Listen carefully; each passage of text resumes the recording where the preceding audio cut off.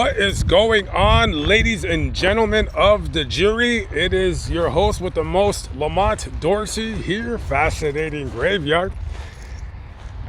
Evergreen Cemetery, East Los Angeles, California. Today's case has already been tried. The man found guilty and he was executed about 80 years ago. However, I'm going to present the facts of the case to you guys. I want you to tell me if you think the man was guilty as charged or wrongfully executed for a crime he didn't commit. Without further ado, let's start walking. Picture this. There is a train with about 120 passengers on it, and it's thundering through a snow-covered countryside in Oregon. It's January 23rd, 1943. It's about a little after 4:30 in the morning. And a man working for the train, he's passing through the sleeper berths. And to his complete horror, he sees a woman whose throat is covered in blood with a very, very nasty gaping wound. He immediately runs to the conductor and tells him what he just seen. The train stops, and the local authorities in that area where it stopped at are called to the scene. There's absolutely nothing that could be done to save this poor woman. Her name, 21-year-old Martha Virginia James. And shockingly enough, she was on that train with her husband, Lieutenant Richard James of the United States Navy. So, how can a woman be violently murdered, her throat slashed, her stabbed several times, while her husband was there with her? Obviously, it's the husband, right? No, he was in a different car than she was. So as the body is taken to the county coroner's office for autopsy, the train continues on its journey towards this city, Los Angeles. That was the destination. And so immediately the detectives, they're questioning everybody as the train is slowly making its way towards Los Angeles. It doesn't want to go too fast because they're going to have to get off and go back to their jurisdiction. So they're questioning everybody, all the employees, anybody on that train. Now, eventually, somebody says, "Psst, hey, psst, hey, psst, hey." You said, "Hey, don't tell anybody I said this, but when I was walking in that sleeper berth area, I seen one of our cooks in that area, and he had kind of walked by where she was murdered at least 2 or 3 times. Guy's kind of a weirdo. His name is Robert Folks. He's 21 years of age. He's the cook." And they said, okay, let's go talk to Robert. So they go talk to Robert, and as they're talking to him, they notice that his clothes have little droplets of blood on it. And they said, can you tell us, where you were earlier this morning? And he said, well, I was at work. And they said, well, what'd you do before work? And he said, well, the guys, we had like a little party, and so we were drinking. And he's like, all right, what'd you guys do? He said, nothing. I had a couple beers. I had about 4 or 5 high buzzes or high points, whatever they called those drinks back in those days. And that was it. And they said, okay, well, why is there blood on your clothes? And he said, well, I'm a cook, so I was cutting meat. And, you get a little bit of blood on you, but you don't get that much blood from cutting meat. So they keep him under surveillance as the train is coming back here towards Los Angeles. So he gets off of the train, and the detectives decided to stay on, and they escort him to the jail here by downtown Los Angeles Union Station. So they take him into custody, and they said, okay, tell us the truth. You got blood on your clothes. You got a cut on your hand. Somebody said that they seen you in the area where Mrs. James was murdered. What's going on? Now, guys, remember, this time, it's 1943, we don't have audio recordings. We have stenographers. And that would be a person who was notarized to basically type out exactly, I believe in shorthand anyways, exactly what was said. So they grilled this guy over the course of several hours. He's saying he didn't do it, and then finally he says, okay, I did it. Okay, cool. We finally found her murderer. And so they said, well, why'd you kill her? Well, what happened? And he said, well, I seen her on the train. She was cute. I like white women. And I said, why not? And I came on to her, and she said, get away from me. And I put the knife to her throat, and I said, if you scream, I said, I'm gonna slice it open. And she started to scream. I put my hand over her mouth, and I just slit her throat. And I stabbed her a few times for extra measure. And they said, okay, cool. He writes out his confession. And as he's writing in the confession, he states that when the feeling of him wanting to come on to her, as he called it, he went to go get a boning knife. And that is the knife that he used to kill her. And they said, okay, when you got the boning knife, you just went to go kill her? And he said, no, I went to go sharpen it on a whetstone, and then I went to go kill her. So then they say, okay, where's the knife? And he kind of chuckled. He says, oh, you're never, ever going to find that knife. That knife is gone. I threw that out the window. That is long, long gone. Okay, so when they type out his, by the stenographer, when he writes out the confession, they ask him, they said, okay, we need you to sign the confession. He says, I'm not going to sign it. I don't sign autographs, or whatever it was that he was, that the reason that he gave that he wouldn't sign it. So this case got pretty big media attention. They actually referred to it as referred to Robert Folks, the now man who supposedly confessed to the murder, as the lower 13th slayer, because it was the birth number 13 where she was murdered. And of course, duh, he's black, she's white. Come on now. So you basically got a situation similar to what we got now, kind of in this country, a lot worse, race relations then. And that you basically got people from the NAACP who feel that, well, I think this guy's getting railroaded. Now, here's the thing. Yeah, there's blood on his clothing. There was blood on his work jacket. It wasn't a lot of blood. It was some blood. And also, there's no fingerprints.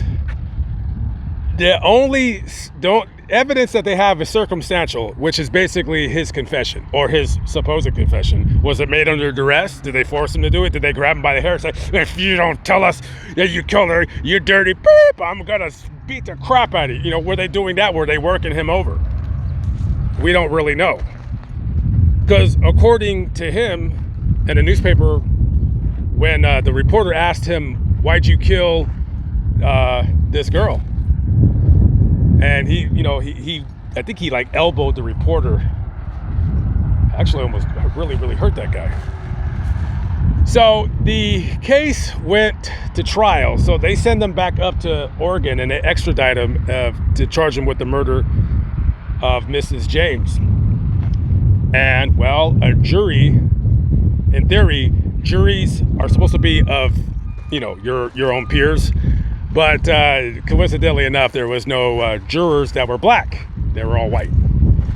Okay, well, why did he confess to killing her if he's all of a sudden now he's saying, he's screaming innocence? I'm innocent. I'm innocent. I didn't kill her. I didn't kill her.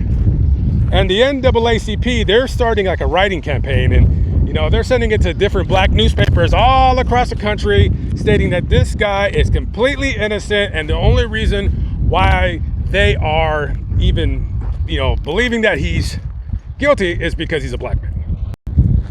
Now, during the trial, when one of the detectives was on the stand testifying in this murder, he had basically said that when they were questioning him about the murder while they were on the train, they asked him, they said, we want you to go, after he confessed in Los Angeles when they brought him back up to Oregon. I don't know if it was the same train or a similar train, but they had him reenact what he did. And he refused to go into the car, which makes me believe that this was the actual car that they went to, because he said, quote unquote, I'm not going in no car with no girl's ghost. Which I don't know if that tells you he's guilty or whatever. I have no idea. Now, again, I just explained to you guys pretty much the gist of the evidence. There's no murder weapon. There's a little bit of blood on his clothing. That's consistent with human blood, but then he said he's a cook. He was cutting up meat. How does that much blood get on your clothing? You had the other porter who said that he's seen Robert walking up and down the berth at least 2 times right before they believed the murder was occurred.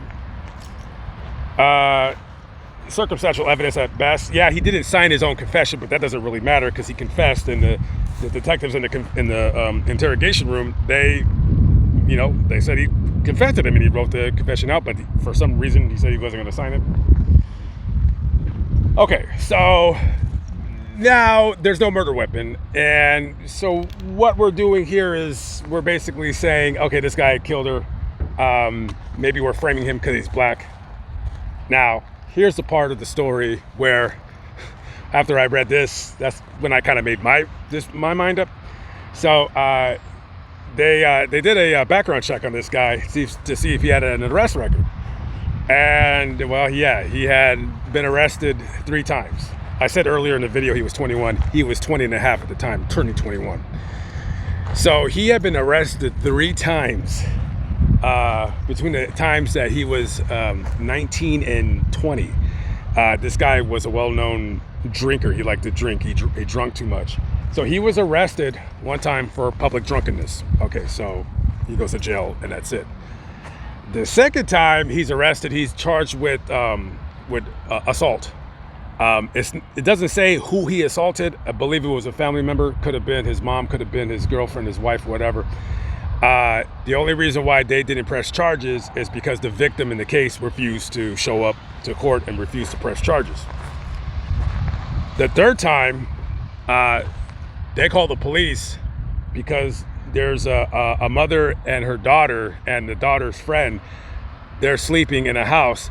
This guy, stumbling drunk, comes up to this house. They don't know him. He takes a knife and he cuts the screen open and he slips through the screen and he falls asleep, like in the room where these girls are. Either the next room or the room after, whatever. He didn't do anything to them, but you're breaking into people's houses where there's women there. You're drinking, you're beating people up, assaulting people. They're scared to press charges against you. It's not looking good for Mr. Folks at all. All through the trial, Robert was saying that he was innocent, that he was forced to confess to a crime he didn't commit. However, the jury in the matter, after hearing that, this guy has basically been arrested for drunkenness, assault, breaking and entering, okay, this guy's probably guilty. And a jury of white guys, white women, they found him guilty. And he was sentenced to die in Oregon's gas chamber.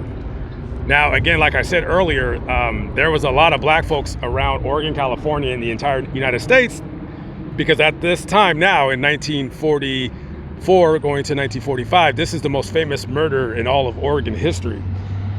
And Governor Earl Snell, he had received hundreds and hundreds of letters from people begging for Robert's life, begging for, if anything, for his sentence to be commuted to life imprisonment. And on the night of his execution, the night previous, Mr. Snell, he visited Robert in his cell and he talked to him for a few hours, maybe not a few hours, but a while. And Robert was telling him, hey, I'm not guilty. I didn't do this crime. And he basically, he said it's easier to convict a Negro than it is a white man. And that might be the case. None of us were there, but from the evidence, the circumstantial evidence that I gave you, it doesn't look good for Mr. Folks. So on January 5th, 1945, 22-year-old Robert Lee Folks makes his last walk to Oregon's gas chamber. And guard, he hands him the complimentary blindfold, and he refuses. He doesn't want to go out like that. He wants to go out where people are looking at him face to face. They're looking at the man that supposedly they're wrongfully about to execute. They strap him into the chair. The pellets, they drop into the pan. It starts sizzling. The noxious gas starts emanating into the chamber all around him. He starts to breathe it in, and that would be all she wrote. This is the final grave of Robert Lee Folks. You can kind of still see his picture there a little bit. And it says, "Sleep on, Robert. We all loved you, but God loved you best."